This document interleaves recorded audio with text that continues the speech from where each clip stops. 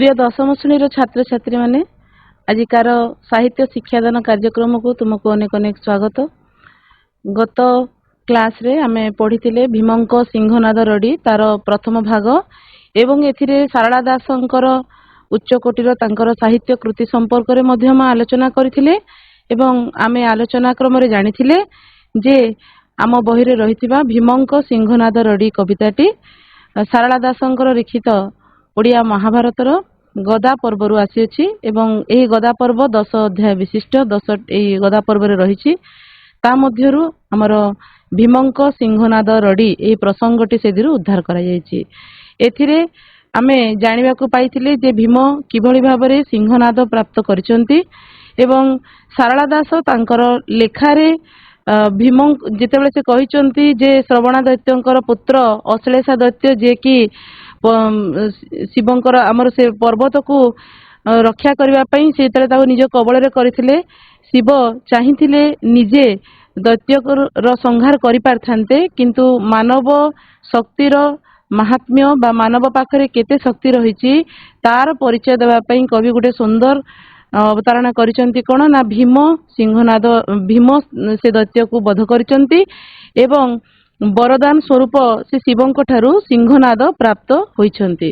वर्तमान आमे कवितार बाकी बळी जाइथिबा पदगुडी को पढिबा एवं सेगुडी को आलोचना करिबा तथा प्रसंगटी को संपूर्ण रूप रे बुझिबा। माने गत क्लास रे आमे पढिथिले सारला दासंकर संपर्क रे तांकर पितामाता प्रदत्त नाम थिला सिद्धेश्वर परिडा। माँ सारलांकर भक्त भाव से निजक जेहेतु घोषणा करथिले तेणु तांकर अनेक गुड़ी लेखारे मध्य से स्वीकार करिसंती। माँ सारलांकर कृपारु से एई प्रकार दिव्य कौन साहित्य कृति अर्जुन माने ताको लेखि पारिसंती सेति तांको ना से सारला दास परिवर्तन करिसंती एवं ओडिया साहित्य जगत रे से सारला दास भाव में परिचित होइसंती। पंचदश शताब्दी ओडिया साहित्य जगत से जने महान कवि। पंचदश शताब्दी कहले 1400 रु 1500 ई 100 वर्ष मध्य थिबार प्रमाण मिले। कपिलेन्द्र देवंकर समय रे तांकर सबुठारु श्रेष्ठ कृति होछि ओडिया महाभारत। अन्यान्य कृति गुड़िक अपेक्षा यह श्रेष्ठ एथिपाई कारण यह ओडिया भाषा को गोटे शास्त्रीय भाषार मान्यता देछि। जेतेबेले संस्कृत महाभारत परे अन्यान्य भारतीय भाषा रे महाभारत रचना होई नथिला सेतले सर्वप्रथम प्रयास करथिले सारला दास ओडिया रे से महाभारत रचना करथिले एवं एही ओडिया महाभारत सेतेबेलर पंचदश शताब्दी रो प्रचलित ओडिया शब्दर एथिरे प्रयोग करा जायछि जहाँकि साधारण लोके खूब सहजरे बुझी पारिबे ताकू आखि आगे रखी से प्रकार रचना करिसंती। तांकर अन्यान्य रचना मध्यरे चंडी पुराण जहाँकि देवी भागवत एवं विचित्र रामायण ओडिया साहित्य रे से शूद्र मुनि भाव में परिचित आदिकवि भाव में परिचित एवं माटीर महाकवि भाव में माटीर महाकवि कहले आमे सारला दास को ही बुझी थाउ। जे कवितार प्रसंगटी किभଳି भाव में गति करुछि प्रथम रे सहदेव प्रस्ताव करिसंती जेतेबेले दुर्योधन 18 दिन धरी चलीथिबा महाभारत युद्धर अंतिम दिवस अंतिम पर्याय रे उपनीत होईछि एवं समस्त प्रिय परिजन को युद्ध से हरई सारिछि। तांकर प्रिय पुत्र लक्ष्मण कुमार मध्य युद्ध रे निहत होइछंती। सेतेबेले सारला दासंकर वर्णित ओडिया महाभारत अनुଯାयी से रक्त नदी संतरण करिकी से आसिकी व्यास सरोवर रे लुचिचंती एवं एकथा प्रकृत रे पांडव तांको जेतले खोजिबा को बाहरिचंती सेतेबेले सेठिकार किछि स्थानीय काठुरियांक सहायता रे से संधान पाइचंती जे व्यास सरोवर भितर लुचि जाइचंती बोली एटा संस्कृत महाभारत रे अछि। ओडिया महाभारत रे किंतु सेठी आ गोटे प्रसंग सारला दास जोड़िचंती कोन ना भीमंकर सिंहनाद प्राप्त कथाटा से जो वरदान पाइचंती शिवंक ठारू तो सहदेव एकथा मने पकई दैचंती। सहदेव प्रस्ताव दैचंती जे व्यतिग्रस्त न होई बरं तांकर से जो वर लाभ करिवार तांको पाखे जो सुजोग अछि ताको हाथ छड़ा न करतु। भीमंक द्वारा सिंहनाद प्राप्त किभଳି होईची से किभଳି शिवं को कौन करचंती तपस्या करिचंती ध्यान करिचंती एवं शिव माँ पार्वती सहित आलोचना करी तांको सिंहनाद दान करिवा पई सम्मति प्रदान करिचंती एवं सिंहनाद को आदेश मिलवा मात्रे सिंहनाद आकाश मार्ग आगमन करिछि एवं सिंहनाद बादनर तापर सिंहनाद को जतले बजैचंती तार प्रथम प्रभाव कौन होईछि एवं तार द्वितीय रे बजेबा तार प्रभाव कौन होईछि से संपर्क कविता रे अवतारण करा जायछि। तापरे लक्ष्मींकर सांत्वना लक्ष्मी कौन पाई सांत्वना देले काहाकू सांत्वना देले से कथा आमे जानिबा। दुर्योधनंकर गदा युद्ध पाई प्रस्तुति आमे समस्त जानि सारिछु स्टोरी रो क्लाइमैक्स कौन माने महाभारत युद्ध रे शेष रे दुर्योधन को बध करा जायछि ए कथा आमे जानिछु। तेणु दुर्योधन किभଳି भाबरे गदा युद्ध पाई प्रस्तुत हेले जहाँकि भीम चाहूथिले से संपर्क रे आमे जानिबा। वर्तमान पिला माने आमे आगुरु जो पढिथिले यार किछि प्रश्नर उत्तर दियो पिला माने तुम माने टिके उत्तर दियो कारण जहाँ पूर्व क्लास रे आमे पढिथिले सेटा जानिबा निहाती जरूरी। सेही धारणा को नै ही आज आमे आगु को बढ़िबा। पठित कवितार कवि किए अर्थात भीमंक सिंहनाद रडी कवितार सारला दास सारला दासंक नाम पूर्व आमे तांकर जेकोसी गोटे तांको चिन्हिबा पई तीनोटी कहली मु लगा गोटे कौन कह सारला दासंक आउ कौन कह सुद्रामुनि सुद्रामुनि एवं आउ कौन कह माटीर महाकवि माटीर महाकवि बहुत बढ़िया। परवर्ती प्रश्न आदि कवि सारला दासंकर पितृदत्त नाम कौन थिला? सिद्धेश्वर परिडा सिद्धेश्वर परिडा सिद्धेश्वर। परवर्ती प्रश्न पठित कविताटी सारला महाभारतर केउ पर्वरु आसीचे? गदा पर्व गदा पर्व बालीशंकर हाई स्कूल पिला माने माइक्रोफोन टा तुमे रोटेट करिवो सबु पिलां को दबो बाकी पिला माने मध्य उत्तर देवा को चेष्टा करिवे। ठीक अछि। सारला महाभारतर गदा पर्वरु आसीची एथिरे 10टी अध्याय रहिछि तारि मध्यरु ए प्रसंगटी अवतारण करा जायछि। सिंहनाद कोन सिंहनाद कोन कहलो देखि को सिंहनाद कोन थिला? द्वारा एक वाद्य यंत्र केउथुरु प्रस्तुति ता केउथुरु महिषी सिंह एक वाद्य यंत्र। बहुत सुंदर बहुत बढ़िया। महिषी सिंह एक वाद्य यंत्र मु एक कथा मध्य गत क्लास रे कहिथिली जे एही सिंहनाद जहा कि जमंक ठारू प्राप्त करथिले शिव शिवंग पाखु आसला काहेकि ना शिवंग कोन कहा जे संहार देवता मध्य कहा जाए। तेणु जमंक ठारू से दिव्य वाद्य यंत्रटी प्राप्त करथिले। पवनसुत काहाकू सिंहनाद मागंतु बोली सहदेव कहिले? ईश्वर ईश्वर। पवनसुत किए कहला प्रथमे? पवनसुत किए? भीम भीम से सिंहनाद मागंतु सहदेव मागंतु बोली पवनसुत काहाकू शिखुनथि काहाकू मागिबे? ठीक अछि किंतु से काहाकू सिंहनाद मागिबे? शिव शिवंकु मांगिले तोर अर्थ शिवंकु शिव शिव। वर्तमान एक पदरे प्रकाश कर पिला माने कुंतींकर पुत्र एक पदरे कोन कहबा? कुंतींकर पुत्र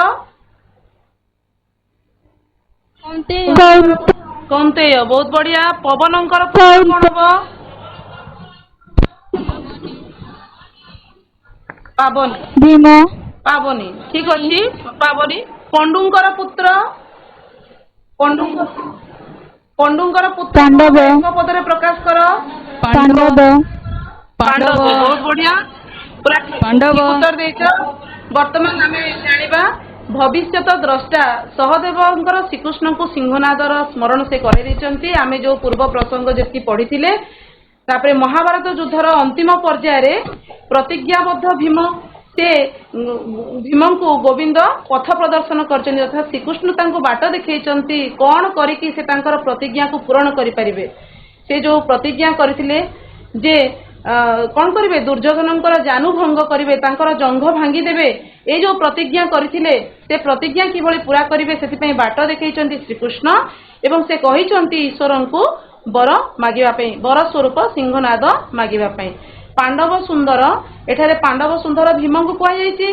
पांडव सुंदर भीम कौन करिचंती सिंहनाद पाइबा पई शिवंकर ध्यान करिचंती ଏବଂ ଭୀମଙ୍କର ଧ୍ୟାନରେ ଶିବଙ୍କର ଆସନ ଟଳମଳ ହୋଇଛି, ପ୍ରକମ୍ପିତ ହୋଇଛି ଏବଂ ଧ୍ୟାନ ଦ୍ୱାରା ସେ ଭୀମ କଣ ମାଗିବାକୁ ଚାହୁଁଛନ୍ତି ସେ କଥା ମଧ୍ୟ ସେ ଜାଣିପାରିଛନ୍ତି ତଥା ପାର୍ବତୀଙ୍କ ସହିତ ସେ କଣ କରିଛନ୍ତି ଆଲୋଚନା କରିଛନ୍ତି, ତାଙ୍କର ମତାମତ ନେବାକୁ ଚେଷ୍ଟା କରିଛନ୍ତି। ଦେବୀ ପାର୍ବତୀ କୈଳାସ ଉଦ୍ଧାର ପ୍ରସଙ୍ଗକୁ ଉପସ୍ଥାପନ କରିଛନ୍ତି ଏବଂ ମନେ ପକାଇ ଦେଇଛନ୍ତି ପ୍ରଭୁଙ୍କୁ, ଈଶ୍ୱରଙ୍କୁ ମନେ ପକାଇ ଦେଇଛନ୍ତି ଯେ ସେଠି ସେ କଣ ପ୍ରତିଜ୍ଞା କରିଥିଲେ। ଭୀମଙ୍କୁ ସେ ବର ଯାଚିଥିଲେ ଏବଂ ସେତେବେଳେ ଭୀମ କହିଥିଲେ ମୋର ଏବେ ତ ଦରକାର ନାହିଁ ପ୍ରଭୁ, ଯେତେବେଳେ ମୋର ଦରକାର ମୁଁ ବରଟି ମାଗି ନେବି। ତାପରେ ଶିବଙ୍କର ସିଂହନାଦକୁ ଆଦେଶ ସେ ବୁଝିପାରିଛନ୍ତି ଏବଂ ସିଂହନାଦକୁ ଆଦେଶ କରିଛନ୍ତି, ତିନୋଟି ରଡ଼ି ସହିବା ପାଇଁ ତାକୁ ଆଦେଶ କରିଛନ୍ତି। ସିଂହନାଦ କଣ କରିଛି, ଆକାଶ ମାର୍ଗରେ ଆସିଛି ଏବଂ ତାର ଗତି ଦ୍ୱାରା କିଭଳି ଜଳ ସ୍ଥଳ ଗଗନ ସବୁ ପ୍ରଭାବିତ ହୋଇଛି ସେ ସମ୍ପର୍କରେ ଆମେ ପୂର୍ବ କ୍ଲାସରେ ପଢିଥିଲେ। ବର୍ତ୍ତମାନ ଆସ ଆଗକୁ ଆମେ କବିତାଟି ବୁଝିବା। ଏଥିରେ ରହିଛି ପିଲାମାନେ ବହିକୁ ଧ୍ୟାନ ଦେଇକି ଦେଖିବ। ଆରେ ଆରେ ନିଶତ କିମ୍ପା ହେଉ ମାନ ଗୋବିନ୍ଦ, କରେ ଧରି ପାଣ୍ଡବ ତାହା ଚୁମ୍ବିଲା ସିଂହନାଦ। ଏଠି ସେ କଣ କହୁଛନ୍ତି, ଆରେ ଆରେ ନିଶତ କିମ୍ପା ହେଉ ମାନ ଗୋବିନ୍ଦ କଣ, ତାହେଲେ ଏଠି ନିଶତ ହବାର ଅର୍ଥ କଣ? ବର୍ତ୍ତମାନ ପଞ୍ଚଦଶ ଶତାବ୍ଦୀ ଠାରୁ ବର୍ତ୍ତମାନ ଆମେ ଯୋଉ ସମୟରେ ଅଛୁ, ବର୍ତ୍ତମାନ ନିଶତ କହିଲେ ଆମେ ଅଳସୁଆ ବୋଲି ବୁଝିଥାଉ, କିନ୍ତୁ ସେ ସମୟରେ ନିଶତର ଅର୍ଥ ଥିଲା କଣ, ବଳହୀନ। ପ୍ରାଚୀନ ଆମର ପଞ୍ଚଦଶ ଶତାବ୍ଦୀରେ ନିଶତ ଶବ୍ଦର ଅର୍ଥ ଥିଲା କଣ, ବଳହୀନ। ତେବେ ଆରେ ଆରେ ନିଶତ କିମ୍ପା ହେଉ ମାନ ଗୋବିନ୍ଦ, ଯେତେବେଳେ ପ୍ରଥମ ରଡ଼ିରେ ଭୀମଙ୍କର ପ୍ରଥମ ସିଂହନାଦ ରଡ଼ିରେ ଦୁର୍ଯ୍ୟୋଧନ ବ୍ୟାସ ସରୋବର ଭିତରୁ ବାହାରି ନାହାନ୍ତି, କୌଣସି ପ୍ରତିକ୍ରିୟା ପ୍ରକାଶ କରିନାହାନ୍ତି, ସେଥିରେ ବ୍ୟସ୍ତ ହୋଇ ଭୀମ ତାଙ୍କୁ ଆହ୍ୱାନ ଜଣାଇଛନ୍ତି ଯେ କାହିଁକି ତୁ ବଳହୀନ ହୋଇ ପଡି ରହିଛୁ।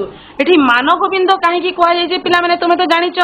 ମାନ ଗୋବିନ୍ଦ ମୁଁ ଆଗରୁ କହିଛି ଯେ ଦୁର୍ଯ୍ୟୋଧନ ସେ ଥିଲେ ପନ୍ନଗ ନାରାୟଣଙ୍କର ଅବତାର ଏବଂ ସେ ଅଭିଶାପ ପାଇଥିବା ଯୋଗୁଁ ବ୍ରାହ୍ମଣ ମାନଙ୍କ ଠାରୁ ଅଭିଶାପ ପାଇଥିବା ଯୋଗୁଁ ସେ ପୁଣି ମାନବ ଜନ୍ମ ଧାରଣ କରିଥିଲେ ଏବଂ ମାନବ ଜନ୍ମ ପାଇକିରି ସେଥିରେ ସେ କଣ କରିଥିଲେ, ଅନେକ ପାପର ଭାଗୀ ହେଇଥିଲେ। ଜଣେ ପାପୀ ମଣିଷ ହିସାବରେ ଆମେ ଦୁର୍ଯ୍ୟୋଧନକୁ ବିଭିନ୍ନ ପୁରାଣରେ ମଧ୍ୟ ଆମେ ଜାଣିଛୁ। ତେଣୁ ସେ କହୁଛନ୍ତି ହେ ମାନ ଗୋବିନ୍ଦ ତୁ କାହିଁକି ବଳହୀନ ଭାବରେ ବ୍ୟାସ ସରୋବର ଭିତରେ ପଡି ରହିଛୁ। କରେ ଧରି ପାଣ୍ଡବ ତାହା ଚୁମ୍ବିଲା ସିଂହନାଦ।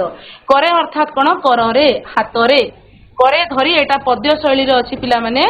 ପାଣ୍ଡବ ତାହା ଚୁମ୍ବିଲା ସିଂହନାଦ, ପାଣ୍ଡବ କହିଲେ ପ୍ରତି 5 ଜଣଙ୍କୁ ହିଁ ପାଣ୍ଡବ କୁହାଯିବ, କିନ୍ତୁ ଏଠାରେ ପାଣ୍ଡବ କହିଲେ ଭୀମଙ୍କୁ କୁହାଯାଉଛି। ଚୁମ୍ବିଲା ଅର୍ଥାତ୍ ଓଠରେ ଲଗେଇ ସିଂହନାଦକୁ ସେ ପୁଣି ଥରେ ବାଦନ କଲେ। ତାପରେ ଦେଖିବା ଆକ୍ରେଷଣ ସିଂହନାଦ ଭୀମସନ ଗାଢେ କଲି ବାଦ୍ୟ, ମହିମଣ୍ଡଳ କମ୍ପିଲା ପ୍ରଥମ ଶବଦ। ଆକ୍ରେଷଣ ଭିଡି ଧରି ତାକୁ ଟାଣି ଧରି ସିଂହନାଦକୁ ଭୀମସେନ କଣ କଲେ, ଗାଢେ ଖୁବ ଜୋରରେ ତାକୁ ବାଦ୍ୟ କଲେ ଅର୍ଥାତ୍ ବଜେଇଲେ। ଯଦ୍ୱାରା ପୁଣି ପ୍ରଭାବ ତାର ସବୁଆଡେ ଦେଖିବାକୁ ମିଳିଲା। କଣ ପ୍ରଭାବ ନା, ମହିମଣ୍ଡଳ କମ୍ପିଲା ପ୍ରଥମ ଶବଦ, ତାର ପ୍ରଥମ ଶବ୍ଦରେ ମହିମଣ୍ଡଳ କମ୍ପିବାକୁ ଲାଗିଲା। ପୃଥିବୀ, ଏଇ ମହି, ଧରା, ଧରିତ୍ରୀ, ବସୁନ୍ଧରା, ବସୁମତୀ, ପୃଥିବୀ ଯୋଉ କୁହାଯାଏ, ଆମର ଏଇ ମହିମଣ୍ଡଳ କଣ ହେଲା, ପ୍ରଥମ ଶବ୍ଦରେ ପ୍ରକମ୍ପିତ ହେବାକୁ ଲାଗିଲା। ଆଉ କଣ ହେଲା, ନଳିନୀ ପତ୍ରରେ ଜେହ୍ନେ ପଡନ୍ତେନ ପାଣି, ପୃଥିବୀ ଦଲ ଦଲିତ କମ୍ପଇ ମେଦିନୀ। ଏଠି ତୁଳନା ଦେଇଛନ୍ତି କବି କିଭଳି ଭାବରେ ପ୍ରକମ୍ପିତ ହେଲା। ସେ କହୁଛନ୍ତି ନଳିନୀ ପତ୍ର ଅର୍ଥାତ୍ ପଦ୍ମ ପତ୍ରରେ ଜେହ୍ନେ, ଜେହ୍ନେର ଅର୍ଥ ହଉଛି କଣ, ଯେପରି, ପଡନ୍ତେଣ ପଡିବା ମାତ୍ରେ ପାଣି, ପଦ୍ମ ପତ୍ରରେ ପାଣି ପଡିଲେ ସିଏ ଯେମିତି ଢଳ ଢଳ ହେବ ଏବଂ ପଡିଯିବା ପାଇଁ ବାଟ ଖୋଜିବ, ଠିକ ସେହିଭଳି ପୃଥିବୀ ଦଲ ଦଲିତ, ପୃଥିବୀ କଣ ହେଇଛି, ଦଲ ଦଲିତ ହୋଇଛି ଅର୍ଥାତ୍ ଥରହର ହେଇଛି। କମ୍ପଇ ମେଦିନୀ, ଏଠି ମେଦିନୀ କହିଲେ ବି ଆମେ ପୃଥିବୀକୁ ହିଁ ବୁଝିବା। ଭୂପୃଷ୍ଠ କଣ ହେଇଛି, ପ୍ରକମ୍ପିତ ହୋଇଛି। ପଞ୍ଚା ଛାଡ଼ି କରି ଯେ ବୁଲଇ ମନ୍ଦର, ମାନ ଗୋବିନ୍ଦ ନିଦ୍ରା ଭାଞ୍ଜି ଉଠି ବସିଲା ଧାତିକାର।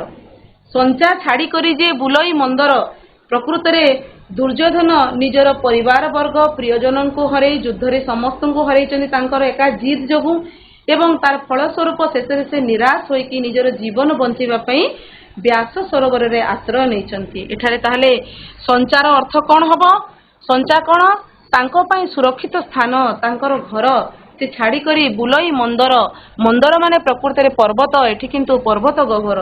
ପିଲାମାନେ ବର୍ଣ୍ଣିତ ଅଛି ବ୍ୟାସ ସରୋବର ମଧ୍ୟରେ ରହିଥିବା ଗହ୍ୱର ମଧ୍ୟରେ, ପର୍ବତ ଗୁମ୍ଫା ମଧ୍ୟରେ ସେ ଆଶ୍ରୟ ନେଇଥିଲେ ଏବଂ ଲକ୍ଷ୍ମୀଙ୍କ କୋଳରେ ସେ ବିଶ୍ରାମ କରୁଥିଲେ। ତେଣୁ ସଞ୍ଚା ଛାଡ଼ି କରି ଯେ ବୁଲଇ ମନ୍ଦର ଶେଷରେ ଆମର କୁହାଯାଏ ବାର ଦ୍ୱାର ହେବା, ଘର ମାନେ ନିଜ ଘର ଛାଡ଼ିକି ବାର ଦ୍ୱାର ହେବା ଅର୍ଥାତ୍ ବହୁତ ହଇରାଣରେ ପଡ଼ିବା। ସେଇଭଳି ଦୁର୍ଯ୍ୟୋଧନଙ୍କର ଅବସ୍ଥା ହେଇଥିଲା। ଏବଂ ମାନ ଗୋବିନ୍ଦ ନିଦ୍ରା ଭାଞ୍ଜି, ଏଠି ଭାଞ୍ଜିର ଅର୍ଥ ହଉଛି କଣ? ଭାଙ୍ଗି, ତାର ନିଦ ଭାଙ୍ଗି ସେ ଉଠି ବସିଲା ଧାତିକର। ତୁରନ୍ତ ଶୀଘ୍ର ସେ ନିଜ ସ୍ଥାନରୁ ଉଠି ବସିଲେ। ସେ ଯୋଉ ଲକ୍ଷ୍ମୀଙ୍କ କୋଳରେ ନିଦ୍ରାରେ ରହିଥିଲେ, ଅଚେତ ଅବସ୍ଥାରେ ରହିଥିଲେ, ବିଶ୍ରାମ ନେଉଥିଲେ, ସେ ସେଠାରୁ ଉଠି ବସିଲେ। ପୁଣ ଆରେକ ରଡ଼ିଏ ଦିଲା ବୀର ଭୀମ। ପୁଣ ଏଇଟା ପୁଣି ସେ ପ୍ରାଚୀନ ଓଡ଼ିଆ ଶବ୍ଦ କଣ? ପୁଣି ଆରେକ ପୁଣି ପଦ ରୂପ କଣ? ଆଉ ଏକ। ଆରେକ ଅର୍ଥାତ୍ ଆଉ ଏକ। ରଡ଼ିଏ ଦିଲାର ଅର୍ଥ କଣ? ଦିଲାର ଅର୍ଥ ହଉଛି ଦେଲା। ବୀର ଭୀମ ଆଉ ଗୋଟିଏ ରଡ଼ି ଦେଲା, ଅର୍ଥାତ୍ ସେ ଆଉ ଥରେ ସିଂହନାଦକୁ ବଜେଇଲେ। ତା ଦ୍ୱାରା କଣ ତାର ଭିତରେ ପ୍ରଭାବ ପଡ଼ିବ? କଣ ପ୍ରଭାବ ପଡ଼ିଲା ଦେଖିବା ନା, ଛଡ଼ ଲକ୍ଷ ଯୋଜନେ ଆକାଶେ କମ୍ପିଲା ବୀର ଯମ। ଛଡ଼ ଲକ୍ଷ ଯୋଜନ। ପିଲାମାନେ ଏଠି ଯୋଜନର ଅର୍ଥ ଦେଖ। ଯୋଜନ ଯଦି ଆମେ କୋଷ କହିବା 4 କୋଷ ହବ, କିମ୍ବା ମାଇଲ ଯଦି କହିବା 8 ମାଇଲ ହବ। ପାଖାପାଖି କୋଷ ହିସାବ କଲେ ଆମର 1.8 କିଲୋମିଟର। ଆଉ ଯଦି ମାଇଲ କହିବା ଆମେ, ଗୋଟେ ମାଇଲ ହଉଛି 1.6 କିଲୋମିଟର। ତ ସେଇ ହିସାବରେ ଯୋଜନ, ଏବେ ପୁଣି ସେଥିରେ 6 ଲକ୍ଷ ଆମେ ଯଦି ଗୁଣନ କରିଦେବା, ସେତିକି ଦୂରତାରେ ରହିଛି କଣ? ଯମପୁର ରହିଛି ବୋଲି କୁହାଯାଉଛି। ପୁରାଣରେ ବର୍ଣ୍ଣିତ ଅଛି, ସାରଳା ଦାସ ଲେଖିଛନ୍ତି ଓଡ଼ିଆ ମହାଭାରତରେ, ଯେ ଯମପୁର ଏଇ ମେଦିନୀ ଠାରୁ, ପୃଥିବୀ ପୃଷ୍ଠ ଠାରୁ 6 ଲକ୍ଷ ଯୋଜନ ଦୂରରେ ଅବସ୍ଥିତ। ଏବଂ ଏତେ ଭୟଙ୍କର ସିଂହନାଦର ଦ୍ୱିତୀୟ ରଡ଼ି ଥିଲା, ଏତେ ଜୋରରେ ସେ ବଜେଇଥିଲେ, ଯଦ୍ୱାରା ବୀର ଯମଙ୍କର ପୁର ଯମପୁର ମଧ୍ୟ ପ୍ରକମ୍ପିତ ହୋଇଥିଲା। ସେ ମଧ୍ୟ ପ୍ରକମ୍ପିତ ହୋଇଥିଲା। ଆଉ କଣ ହେଇଥିଲା? ପାତାଳେ ଅନନ୍ତ ନାଗର କମ୍ପିଲାକ ଫେରୁ, ନବଦ୍ୱୀପ ଶପଥ ସାଗର କମ୍ପିଲା ଟଳମଳ ହୋଇଲାକ ମେରୁ। ପାତାଳେ ଅନନ୍ତ ନାଗର କମ୍ପିଲାକ ଫେରୁ। ତ କେବଳ ଆକାଶ ମାର୍ଗରେ ନୁହେଁ, ଭୂମିଠାରୁ ତଳକୁ ମଧ୍ୟ ଆମର ଯୋଉ ତଳ ରହିଛି, ତଳ, ଅତଳ, ବିତଳ, ସୁତଳ, ତଳାତଳ, ମହିତଳ, ପାତାଳ, ଏଇପରି ଯୋଉ ଆମର 7ଟା ତଳ ଭାଗ ରହିଛି, ତ ସେ ତଳ ଗୁଡ଼ିକ ମଧ୍ୟରୁ ସେ କହୁଛନ୍ତି ପାତାଳର ରାଜା ହେଉଛନ୍ତି ଅନନ୍ତ। ସେ ଅନନ୍ତ ନାଗଙ୍କର ଫେରୁ ଅର୍ଥାତ୍ ଫଣା ମଧ୍ୟ ପ୍ରକମ୍ପିତ ହେବାକୁ ଲାଗିଲା। ଏଥିରୁ କଣ ଜାଣିଲେ ନା, ସିଂହନାଦର ଦ୍ୱିତୀୟ ବାଦନ କେବଳ ଆକାଶ ମାର୍ଗ ନୁହେଁ, ଯମପୁର ନୁହେଁ, ପାତାଳକୁ ମଧ୍ୟ ପ୍ରଭାବିତ କରିଥିଲା। ତା ଛଡ଼ା କଣ ହେଇଥିଲା? ନବଦ୍ୱୀପ ଶପଥ ସାଗର କମ୍ପିଲା ଟଳମଳ ହୋଇଲାକ ମେରୁ। ଆମର ହିନ୍ଦୁ ଧର୍ମ ପୁରାଣ ଶାସ୍ତ୍ରରେ ମେରୁ ପର୍ବତ ବର୍ଣ୍ଣନା କରାଯାଇଛି। ଏହି ମେରୁ ପର୍ବତକୁ ପୃଥିବୀର କେନ୍ଦ୍ର ବୋଲି କୁହାଯାଏ। ଯଦି ଆମେ ଭୌତିକ ଭାବରେ ଦେଖିବା, ମେରୁ ପର୍ବତ ବର୍ତ୍ତମାନ ପର୍ଯ୍ୟନ୍ତ ସ୍ଥିର କରାଯାଇ ପାରୁନାହିଁ କେଉଁ ପର୍ବତକୁ କୁହାଯିବ, କିନ୍ତୁ କିଛି କୁହନ୍ତି ଆମର କୈଳାସ ପର୍ବତକୁ ମେରୁ ବୋଲିକିରି କହିଥାନ୍ତି। ତେବେ ଏଇ ମେରୁ ପର୍ବତ ମଧ୍ୟ ଟଳମଳ ହେବାକୁ ଲାଗିଲା, ଅର୍ଥାତ୍ ପୃଥିବୀର କେନ୍ଦ୍ର ମଧ୍ୟ ଟଳମଳ ହେବାକୁ ଲାଗିଲା। ପୁରାଣରେ ବର୍ଣ୍ଣିତ ଅଛି ଯେ ଏହି ମେରୁ ପର୍ବତକୁ ଲାଗି ଆମର ନବଦ୍ୱୀପ ଶପଥ ସାଗର, 7ଟା ସାଗର ରହିଛି ବୋଲି କୁହାଯାଇଛି। ଯଦି ପଚରାଯିବ, ବର୍ତ୍ତମାନ ତୁମେ ଜୋଗ୍ରାଫିରେ ଯୋଉ ସାଗର ପଢୁଛ, ମହାସାଗର ପଢୁଛ, ଇଏ ସେ ସାଗର ନୁହେଁ ପିଲାମାନେ, ଇଏ ଆମର ପୁରାଣ ଶାସ୍ତ୍ରରେ ବର୍ଣ୍ଣିତ ସପ୍ତ ସାଗର। ସେଇ ସପ୍ତ ସାଗର ମଧ୍ୟରେ ଆମର କଣ ରହିଛି? ଦୁଗ୍ଧ ସାଗର ଅର୍ଥାତ୍ କ୍ଷୀର ସାଗର। ଆମେ ବହୁ ସମୟରେ ଜାଣିଛୁ ଯେ ବିଷ୍ଣୁ କ୍ଷୀର ସାଗରରେ ଅନନ୍ତ ଶୟନରେ ରହିଥାନ୍ତି। ଦଧି ସାଗର, ଲବଣ ଅର୍ଥାତ୍ ଲୁଣ ସାଗର, ଲୁଣିଆ ଜଳ ଯୋଉଥିରେ ଥିବ। ଘୃତ ଅର୍ଥାତ୍ ଘିଅର ସାଗର। ଇକ୍ଷୁ ଅର୍ଥାତ୍ ଆମର କଣ ହଉଛି? ଆଖୁ ରସ, ତାର ସାଗର। ସୁରା ଅର୍ଥାତ୍ ମଦ୍ୟ ଏବଂ ଜଳ ଅର୍ଥାତ୍ ମଧୁର ଜଳର ସାଗର। ଏଭଳି 7ଟି ସାଗରର ବର୍ଣ୍ଣନା ରହିଛି। କୁହାଯାଏ ଯେ ଆମର ପ୍ରଥମ ମାନବ ରାଜା ମନୁ, ଯିଏକି ବ୍ରହ୍ମାଙ୍କର ମାନସ ପୁତ୍ର ଥିଲେ, ସିଏ ସର୍ବପ୍ରଥମ ତାଙ୍କୁ ମଣିଷ ବୋଲି କୁହାଯାଏ। ଆମର ପୁରାଣ ଅନୁଯାୟୀ ଆମର ବିଶ୍ୱାସ ରହିଛି ସେ ହେଉଛନ୍ତି ପ୍ରଥମ ମାନବ। ଏବଂ ତାଙ୍କର ପୁତ୍ର ପ୍ରିୟବ୍ରତ ଯେତେବେଳେ ସିଏ ରାଜା ହେଲେ, ଅର୍ଥାତ୍ ସମଗ୍ର ସଂସାରରୁ ଯେତେବେଳେ ସେ ରାଜା ହେଲେ, ସେତେବେଳେ ବର୍ଣ୍ଣିତ ଅଛି, କଥିତ ଅଛି, ଗୋଟେ କାହାଣୀ ଅଛି, ତାହା ସତ କି ମିଛ ତାହା ତ ପ୍ରମାଣ କରାଯାଇ ପାରିବ ନାହିଁ, କିନ୍ତୁ କାହାଣୀ ଅଛି ଯେ ଥରେ ସୂର୍ଯ୍ୟ ପୃଥିବୀକୁ ପରିକ୍ରମା କରୁଥିବା ସମୟରେ ଲୁଚିଗଲେ, ଯଦ୍ୱାରା ପୃଥିବୀରେ ଅନ୍ଧାର ହେଇଗଲା। ଏବଂ ପ୍ରିୟବ୍ରତ ଚିନ୍ତା କଲେ ଯେ ମୋ ସମୟରେ ମୁଁ ମୋର ରାଜତ୍ୱ କାଳରେ କଦାପି ପୃଥିବୀକୁ ଅନ୍ଧକାରରେ ରଖିବାକୁ ଦେବି ନାହିଁ। ଏବଂ ସେ ଯେହେତୁ ବଡ଼ ତପସ୍ୱୀ ଥିଲେ, ସାଧକ ଥିଲେ, ଆଉ ନାରଦଙ୍କର ଅନୁରୋଧ କ୍ରମେ ସେ ରାଜ୍ୟଭାର ଗ୍ରହଣ କରିଥିଲେ। से कौन कले तांकर दिव्य रथरे बसिकी सूर्यर आमर परिक्रमा कले परिक्रमा करने द्वारा पृथ्वी पाखरे जो सबू तांकर रथर चक्कर जो सब गात हो गला सेगुड़ाक 7टी सागर है बोलिकी वर्णित अच्छी एवं जो उच्च स्थान गुड़िक रहा ताहा नवद्वीप भाव में वर्णित होईछि एवं यार किंतु कोनोसी वर्तमान परिप्रेक्षी वैज्ञानिक तार प्रमाण किंतु दिया जाई पारि नहीं जहाँ भी हो नवद्वीप सप्त सागर कंपिला नवद्वीप सप्त सागर कंपिबाकू लागिला एवं मेरु पर्वत टळमळ हेबाकू लागिला तापरे आगु पढ़िबा आदित्य भूमंडल ध्रुव मंडल आदित्य भूमंडल ध्रुव मंडल अमर मंडल ये सब मंडल आमर जो पुराण रे वर्णित अच्छी आदित्य मंडल अर्थात सूर्य अदितिंकर विश्वामित्र एवं अदितिंकर पुत्र तांकर सेति मध्यरु तांकर सूर्य होचन तांकर जने पुत्र एवं आदित्य मंडल कहिले एठी पिला माने सूर्यंक सहित थिबा नक्षत्र मानक मध्य कहा जाउची भूमंडल ए पृथ्वी होची भूमंडल ध्रुव मंडल अर्थात मुख्य केंद्र रे ध्रुव तारा एवं तत्सहित अन्यान्य तारका मानक नेकी ध्रुव मंडल तापरे रहिछि कोन अमर मंडल हेउछि एभली मंडल जेउथारे मृत्यु नाही अर्थात देव लोक को कहा जाउछि एठी अमर मंडल बोलिकी आकाशे लागिला उछुळिला सिंधु जल सिंहनादर बादन रे कोन होईछि उछुळिछि समुद्रर जल उछुळिछि एवं आकाश पर्यंत उछुळी जाईछि बोलिकी उच्चा हे जाईछि बोली कवि वर्णना करुचंती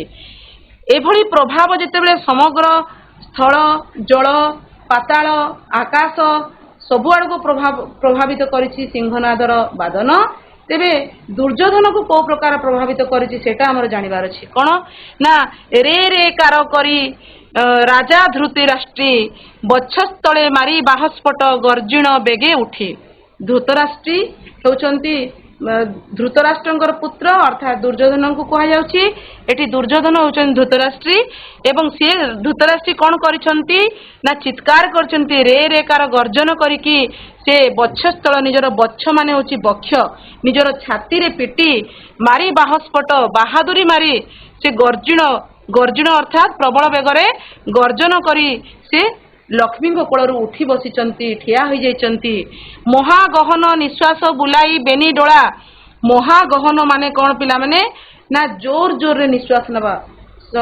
प्रबल बेगरे से निश्वास नहीं से निश्वास नहीं प्रायतः आम रागी गले बहुत जोर जड़े रागी गले ए प्रकार देखा जाए तो से भी बहुत क्रोधी थिले एवं क्रोध रे से जोर रे निश्वास नहीं बेनी अर्थात उभय डोला को एपट सेपट से बुलेइचंती चक्राकार निजर डोला को बुलेइचंती रागी की कौन करचन तापरे बेनी भुजे आक्रोशी धइले कमला एवं एभली अवस्था कौन है बेनी भुजे निजर उभय हाथ रे भुज प्रकृत रे हाथ किंतु एठी से बेनी भुजे एठी कौन कमला माँ लक्ष्मी तांकर उभय हाथ रे आक्रोशी अर्थात टाणी धइले कमला तांकु टाणी की धरिचंती न जीवा पई बारण करिचंती लक्ष्मी तांकु बारण करिचंती आरे आरे द्रिजोधन अपार प्रतिज्ञा जे कलु बाबू से कौन कहउचंती मने पकई दउचंती कहउचंती आरे आरे द्रिजोधन एठी द्रिजोधन पुणी से 15 शताब्दी शब्द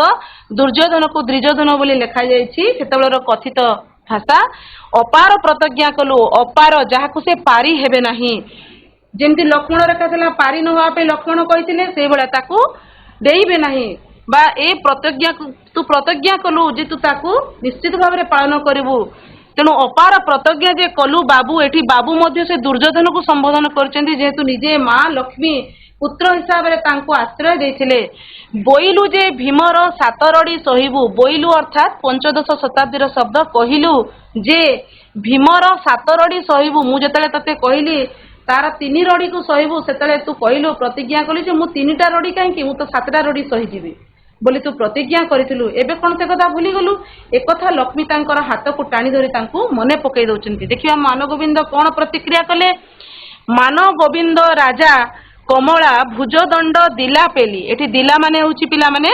दिला माने होची देला मानव गोविंद राजा एठी पुणी मानव गोविंद काहाकू कहा जाउची प्रबल अभिमानी जे थिले दुर्योधन से कौन कले कमला तांकर जो हाथ टाणी की धरिथिले माँ लक्ष्मी ତାଙ୍କର ହାତକୁ ସେ ଭୁଜ ଦଣ୍ଡ, ଏଠି ଦେଖ ପିଲାମାନେ ଭୁଜ ମାନେ ତ ହାତ ଜାଣିଲେ, ଦଣ୍ଡ କାହିଁକି କୁହାଗଲା?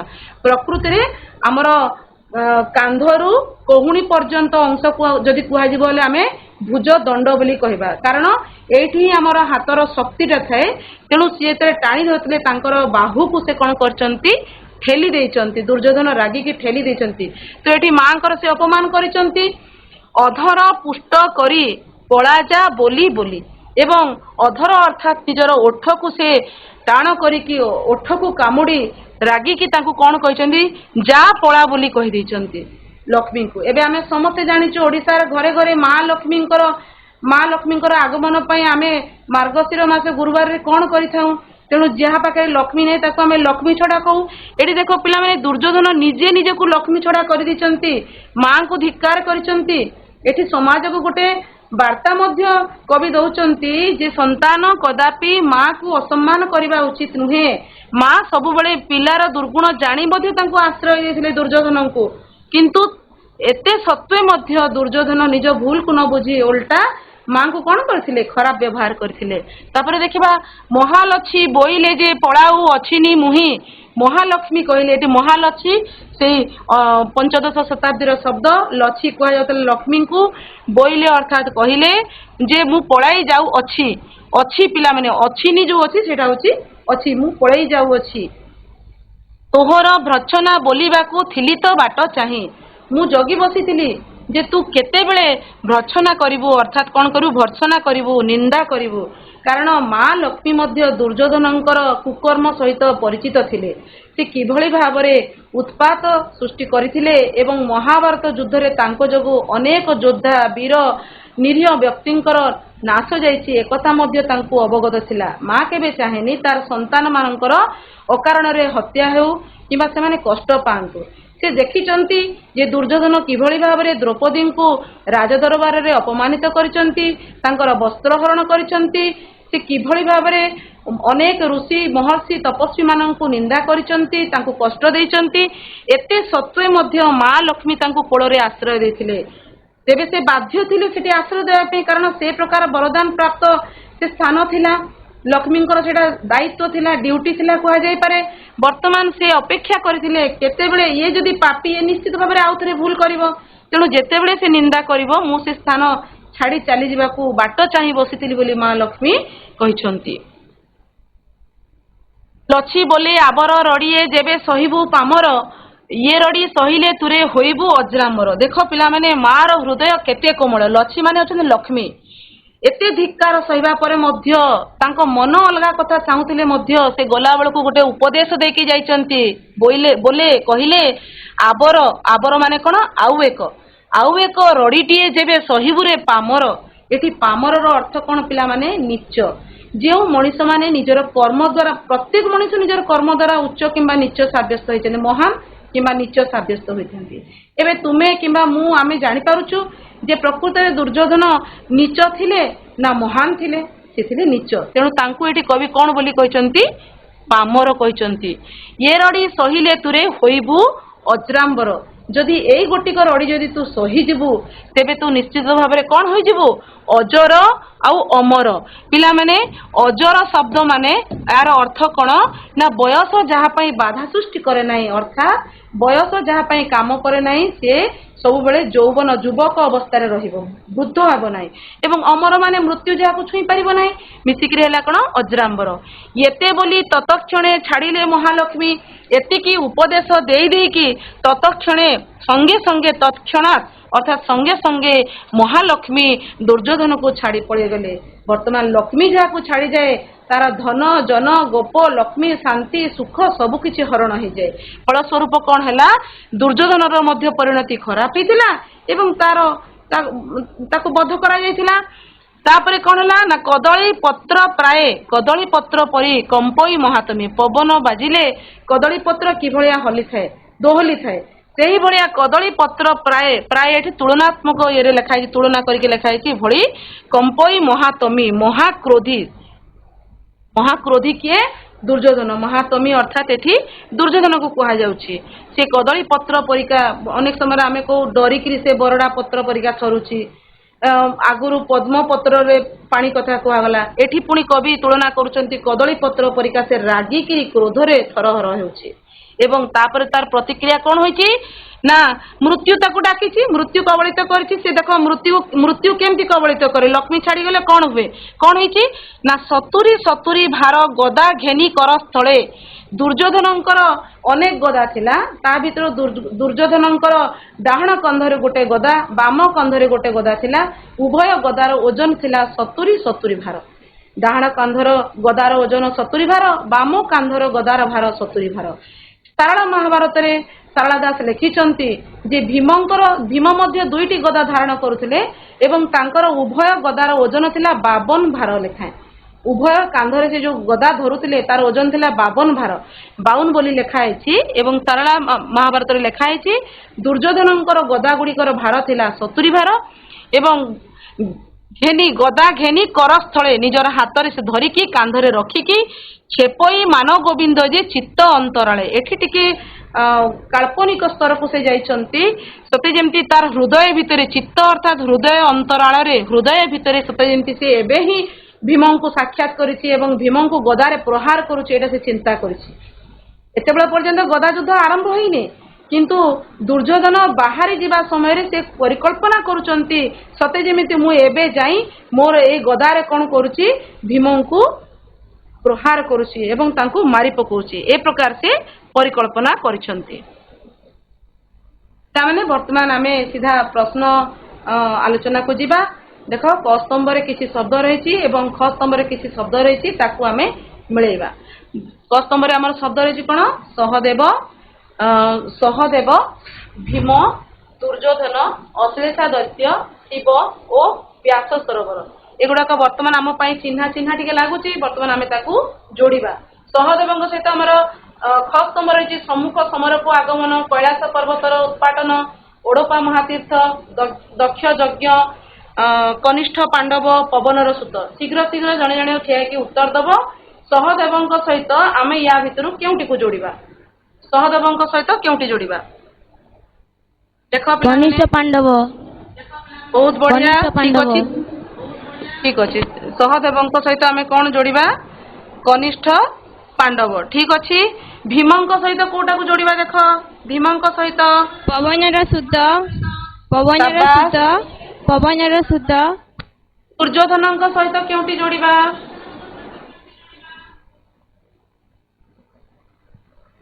दुर्योधन सहित क्योंटी जोड़ा सम्मुख समर को आगमन ठीक अच्छी बहुत बढ़िया अश्लेषा दैत्य सहित कोटा जोड़ा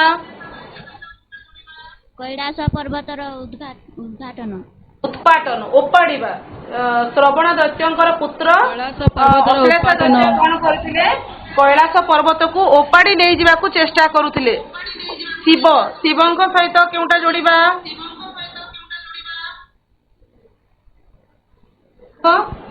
दक्ष यज्ञ व्यास सरोवर ओडपा महातीर्थ ठीक अच्छी ठीक उत्तर देच बर्तमान आम परवर्ती प्रश्न को जीवा पिला माने प्रश्न गुड़िक भल भाव शुण एवं तार उत्तर दियो भीमंकर प्रथम सिंहनाद रड़ी रे काहार निद्रा भंग हैला भीमंकर प्रथम सिंहनाद रड़ी रे काहार निद्रा भंग हैला बहुत सहज अच्छी प्रश्न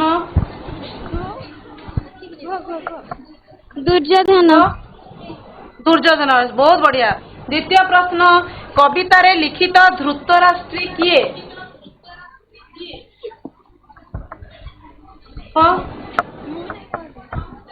धृतराष्ट्रंकर पुत्र धृतराष्ट्री का दुर्योधन बहुत बढ़िया ठीक अच्छी महालक्ष्मी काहाकू पामर बोली कहिले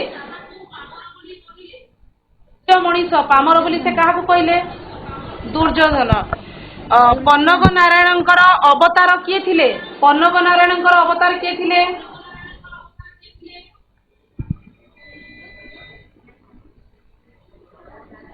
ब्राह्मणों ठारू अभिशाप पाई पन्नग नारायणंकर अवतार किए थिले तांको परे किए जन्म नहीं थिले पन्नग नारायण को रूप रे जन्म नहीं थिले नारायण चिंता करके देख मु कही पिला माने उत्तर दियो कनक नारायण ब्राह्मणों ठारू अभिशाप पाई से क्यों रूप पृथ्वी जन्म नहीं उत्तर दियो दुर्योधन दुर्योधन बहुत बढ़िया ठीक अच्छी कदली पत्र अच्छा ठीक अच्छे पिला माने कदली पत्र प्राय कंपई महातमी ए लाइन टा बही लिखाई कदली पत्र प्राय कंपई महातमी एठारे महातमी बोली कहा कह दुर्योधन देख पिला माने पांचटी प्रश्नर उत्तर दुर्योधन अच्छी ए पांचटी प्रश्न भितर कौन भी प्रश्न जदि पड़िबो तार उत्तर कौन होची दुर्योधन तामाने देखो केते सहज अच्छी प्रश्न व्यास सरोवर काहा नाम अनुसार नामित होईची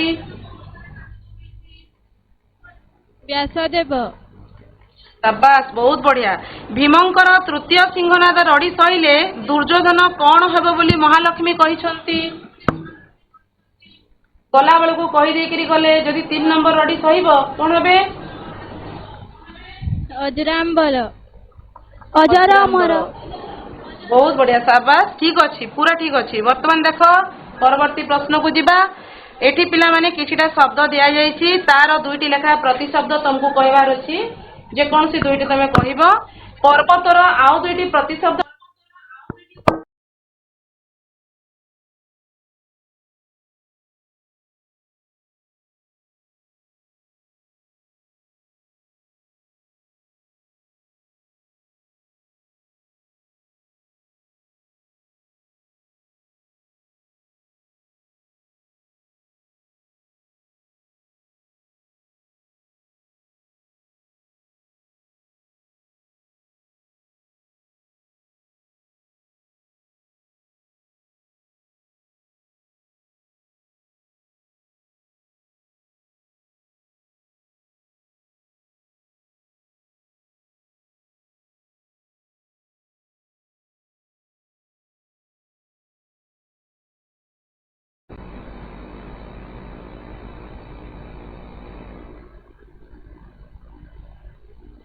को पिला माने पर्वतर आउ दुईटी प्रतिशब्द कह पर्वतर प्रतिशब्द कौन कौन हम पर्वत पद्म सूर्य ओठ सर्प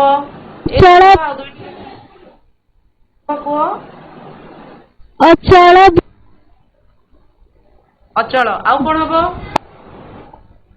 हम पर्वत बुधर बहुत बढ़िया गिरी है पारिबो शैल है पारिबो नहीं कि पद्मर दुईटा प्रतिशब्द कह पद्मर दुईटा प्रतिशब्द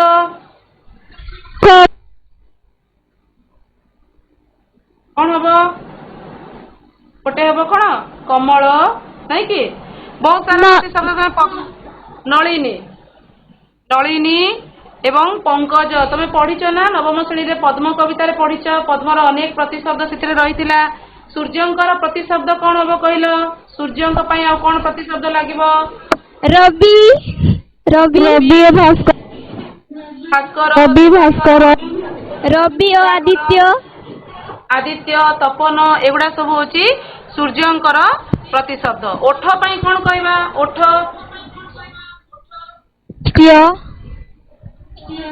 कौन होला आउ थरे पुओ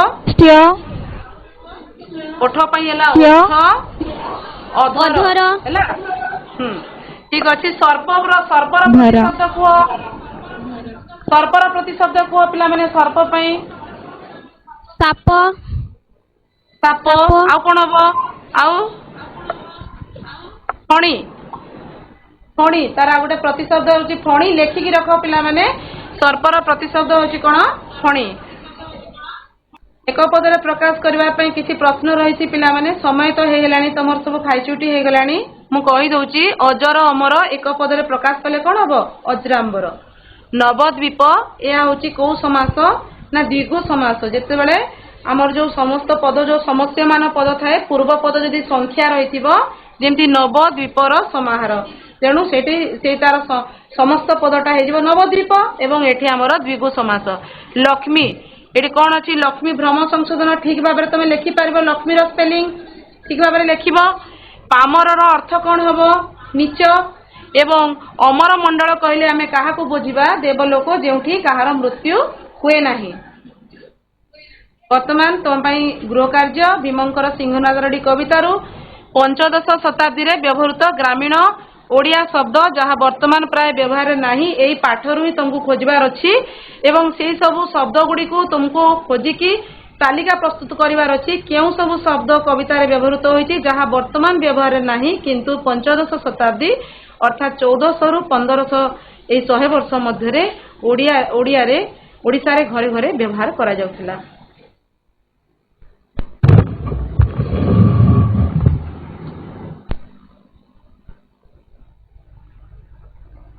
मैंने ये आमर भीमंक सिंहनादरडी कविता तार आम आलोचना कर सारी निश्चित भाव में तुम विद्यालय रे पाठटी को पढ़ा जा सारी तेबे मोर अनुरोध जे पाठटी को जदि तुम द्वितीय थर पढ़िल तेबे आउरी भल भाव में बुझी पारिथिब एवं ए पाठरू निश्चित भाव में 100 रु 200 टी एमसीक्यू तुम मैंने सॉल्व करने को चेष्टा करिवो एवं दीर्घ उत्तरमूलक प्रश्न लिखिबा अभ्यास करिवो। तेबे आज पई एतिकी धन्यवाद।